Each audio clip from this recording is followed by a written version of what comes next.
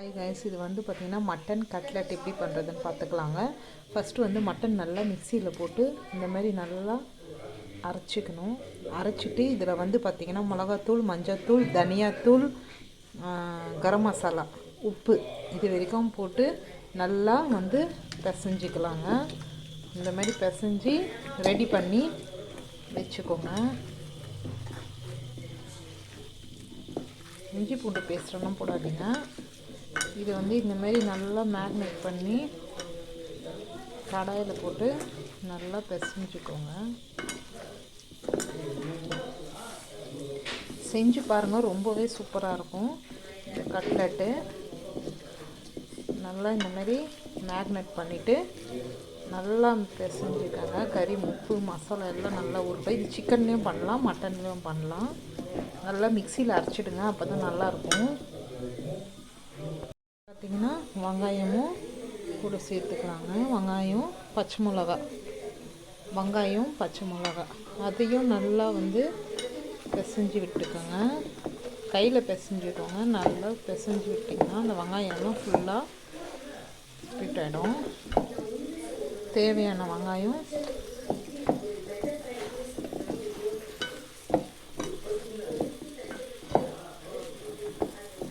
அப்போ தான் அந்த மசாலா ஃபுல்லாக உள்ளே போகுங்க. நல்லா பிசைஞ்சு விட்டுக்கோங்க. பார்த்திங்கன்னா நல்லா தெரியும். பார்த்திங்கன்னா இந்த மாதிரி நல்லாயிருக்கும்.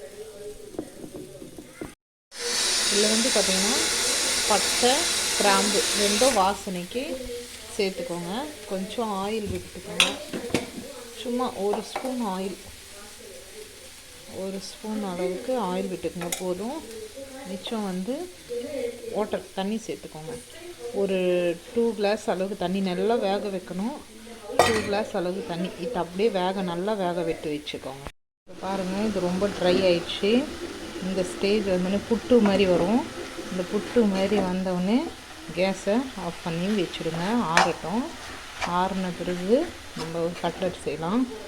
இந்த மாதிரி வந்து உதிரியாக வரணும். அதுதான் 2 கிளாஸ் வந்து தண்ணி கலக்கணும். 2 கிளாஸ் தண்ணி ஊற்றினீங்கன்னா இந்த மாதிரி ட்ரை ஆகிடும். நல்லா வேகணுங்க. மட்டன் என்ன வேகணும் இல்லைங்களா, மிக்சியில் அரைச்சினால நல்லா வெந்து இந்த பாருங்க இந்த மாதிரி வந்து வரணும். புட்டு மாதிரி வரணும். புட்டு இருக்கு இல்லைங்களா, அந்த மாதிரி வரணும். வந்த பிறகு கேஸ் ஆஃப் பண்ணி ஆற விட்டுருங்க. கட்லெட்டுக்கு உருளைக்கிழங்கு வேக வச்சு எடுத்து வச்சுக்கணும். நல்லா வெந்திருக்கணுங்க. இப்படி நசுங்கணும். அந்த மாதிரி வேக வச்சு எடுத்து வச்சுக்கோங்க. இப்போ பார்த்திங்கன்னா இது வந்து பைண்டிங்க்கோசரம் வெறும் மைதா மாவு இந்த கன்சிஸ்டன்ட்டில் வந்து நல்லா கரைச்சி விட்டுக்கோங்க. இந்த மாதிரி கொஞ்சம் லைட் திக்காக இருக்கணும், கொஞ்சம் தண்ணியாகவும் இருக்கணும். இது வந்து பார்த்திங்கன்னா ப்ரெட்டு, இந்த பிரெட் க்ரம்ஸ்னு இல்லைங்களா, அந்த தூளுங்க. இது ரெடி பண்ணி வச்சுக்கோங்க. இந்த 2 ரெடி பண்ணிக்கோங்க. இப்போ பார்த்திங்கன்னா இது வந்து உருளைக்கிழங்கும் கறியும் வச்சு ரவுண்ட் பால் பண்ணிக்கினாச்சு. பண்ணிவிட்டு பாருங்கள், ஒரே ப்ரெஸ்.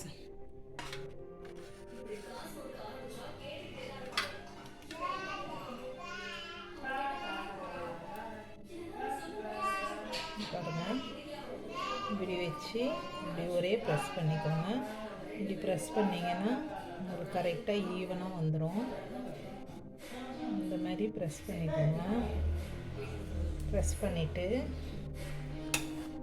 இதை ஃபஸ்ட்டு இந்த பிரெட் க்ரம்ஸில் போட்டு டிப் பண்ணிக்கோங்க. இது வந்து இப்படி பண்ணிக்கோங்க.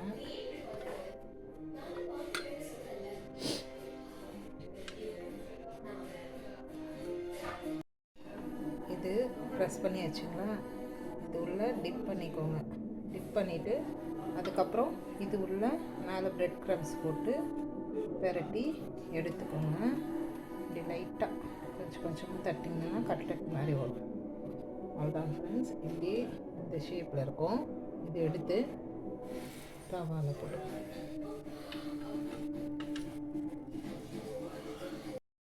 இப்போ வந்து பார்த்திங்கன்னா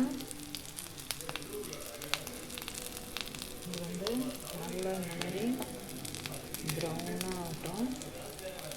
ஆயில் ஆயில் கொஞ்சம் விட்டுக்கோங்க. கீழே கொஞ்சம் ஆயில் விட்டுக்கிறேன், மேலே ஆயில் விட்டுக்கிறோம். அப்படியே கொஞ்சம் திருப்பி போட்டுக்கோங்க.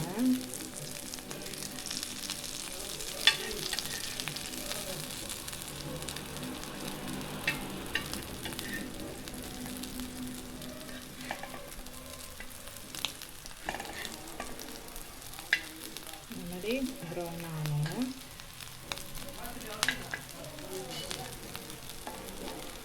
திருப்பி போட்டு கொஞ்சம் ஆயில் விட்டுக்கணும்.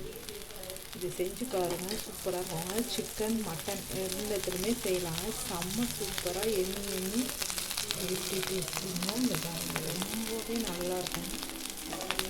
ட்ரை பண்ணிவிட்டு கமெண்ட் பண்ணுங்கள், லைக் பண்ணுங்கள், சப்ஸ்கிரைப் பண்ணுங்கள்.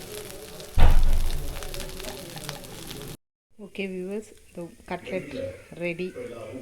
இப்படி தாங்க இருக்கும். ஃப்ரை பண்ணி எடுத்தோடனே கண்டிப்பாக ட்ரை பண்ணி பாருங்கள். ட்ரை பண்ணி பார்த்துட்டு எப்படி இருக்குன்னு சொல்லுங்கள்.